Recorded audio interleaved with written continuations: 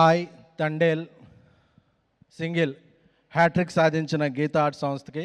ఎందుకంటే ఆయ్ సినిమా ఒక కాంపిటీషన్లో, ఇండిపెండెన్స్ డే కాంపిటీషన్లో 2-3 పెద్ద సినిమాల మధ్య వచ్చి ఒక విజయం సాధించింది. అదేంటండి, సక్సెస్ గురించే మాట్లాడాం. అలాగే ఫిబ్రవరి డ్రై సీజన్ కూడా బాక్స్ ఆఫీస్ ఫ్రై సీజన్ చేసిన తండేల్ ఒక పెద్ద సక్సెస్. సో సింగిల్ మార్నింగ్ షోకి 20% ఓపెన్ అవ్వగానే అందరూ చాలామంది జబ్బలు జరుచుకుని చప్పట్లు కొట్టేసుకున్నారు అని. ఎందుకంటే పక్కన ఒక వార్ పొజిషన్ ఉంది. అలాంటిదప్పుడు కూడా ఈవినింగ్ నుంచి అది 60% అయింది, నెక్స్ట్ డే మ్యాట్నీకి 80% అయింది, వీకెండ్కి 100% కలెక్షన్స్తో, అంటే వీక్ సీజన్ అనుకున్న దాన్ని పీక్ సీజన్ చేసింది. సో ఇలాంటి హ్యాట్రిక్ని, అంటే గీతా ఆర్ట్స్ ఎప్పుడు సీజన్స్ నమ్మదో, కంటెంట్ అనే రీజన్స్నే నమ్ముద్ది. సో అలాంటి ఎటువంటి పరిస్థితుల్లో అయినా అది star content, upcoming stars content, stars లేని కంటెంట్, ఏ కంటెంట్ అయినా సరే గీతా ఆర్ట్స్ సక్సెస్ సాధిస్తుంది అనేది ఈ హ్యాట్రిక్. ఎందుకంటే ఈ మధ్య ఇండస్ట్రీలో సక్సెస్లు తక్కువైపోయినాయి. మన బ్యానర్లో కాకపోయినా మన సంచేవర్ ఉన్న ఆఫీస్లో ఎవరిదైనా హిట్ అయినా సరే అది మన హిట్టే అని హ్యాపీ ఫీల్ అవ్వాల్సిన సీజన్ వచ్చేసింది. సో అలాంటి సీజన్లో కూడా ఇండస్ట్రీని ఏకం చేస్తూ సో హ్యాట్రిక్ సాధించిన గీతా ఆర్ట్స్ అధినేత మా లైన్ కింగ్ అల్లు అరవింద్ గారికి, సో అలాగే మా సిస్టర్ విజయ గారు. ఎందుకంటే గీతా ఆర్ట్స్లో ఎప్పుడూ కూడా ఒక జనరేషన్కి ఒక్కొక్కరిని ఎంకరేజ్ చేస్తూ ఉంటారు ప్రొడ్యూసర్స్గా. ఎందుకంటే నాకు తెలిసి ప్రపంచంలో ఎప్పుడూ కూడా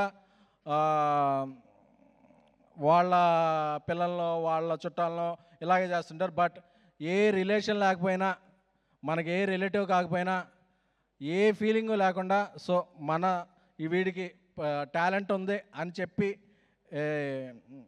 వాళ్ళ మీద డబ్బు పెట్టి, వాళ్ళ కోసం డబ్బు పెట్టి సినిమా తీసే పర్సన్స్ ఎవరన్నా ఉంటే అది గీతా ఆర్ట్స్ అల్లు అరవింద్ గారు. నాకు తెలిసి దేశంలో, ఇండియాలోనే కాదు వరల్డ్లో కూడా వాళ్ళ పిల్లలు వాళ్ళ రిలేటివ్స్ కాకుండా బయటి వాళ్ళని వాళ్ళ పొజిషన్ ఇచ్చేసి ప్రొడ్యూసర్స్గా ఎంకరేజ్ అయిన సంస్థ అనేది నాకు ఎక్కడైతే తెలీదు.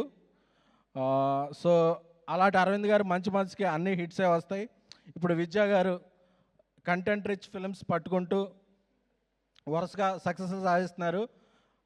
ఎందుకంటే ఈ సినిమా రిలీజ్ అయిన రోజు సిచ్యువేషన్ బాగాలేదు, అన్ని మిసైల్సే ఉన్నాయి. బట్ థియేటర్కి వెళ్ళి చూస్తే స్మైల్స్ మిసైల్స్, స్కడ్స్, స్మైల్ బాంబ్స్ పడుతున్నాయి. సో దీనికి కారణం ఏంటంటే శ్రీ విష్ణు గారు, వెన్నెల కిషోర్ గారు.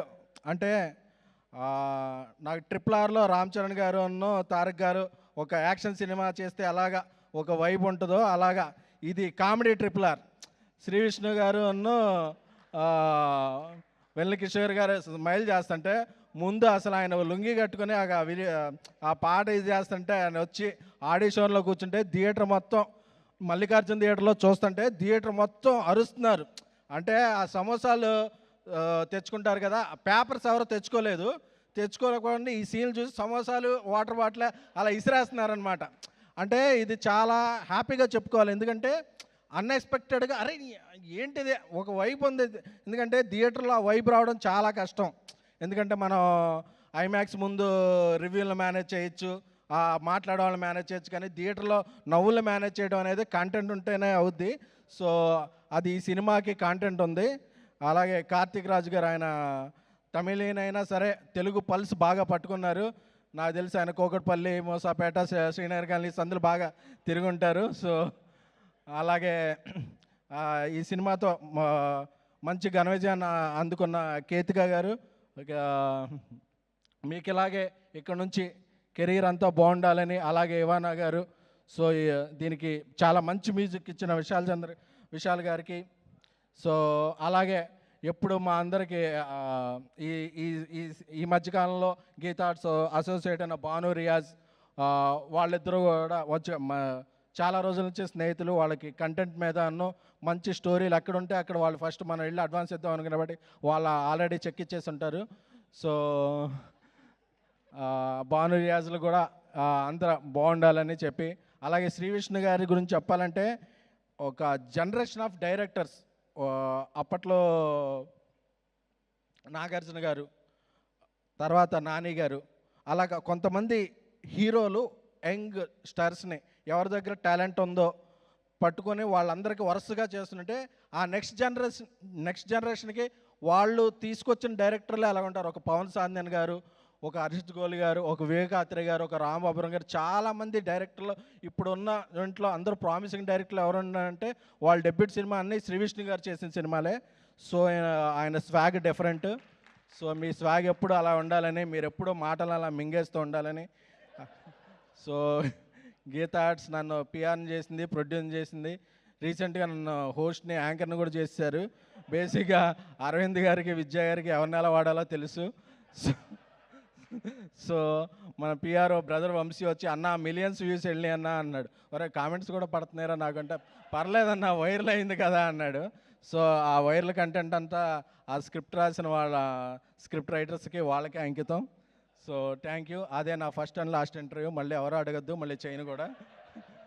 సో ఈ సినిమా సింగిల్ సక్సెస్తో మింగిల్ అయ్యి ఈ నెలాఖరు వరకు, అంటే సినిమా రిలీజ్ అయ్యాక వారా అయిపోయింది, ఐపీఎల్ అయిపోయింది, అన్నీ అయిపోయినాయి, కానీ సింగిల్ కలెక్షన్లు మాత్రం ఆగలేదు.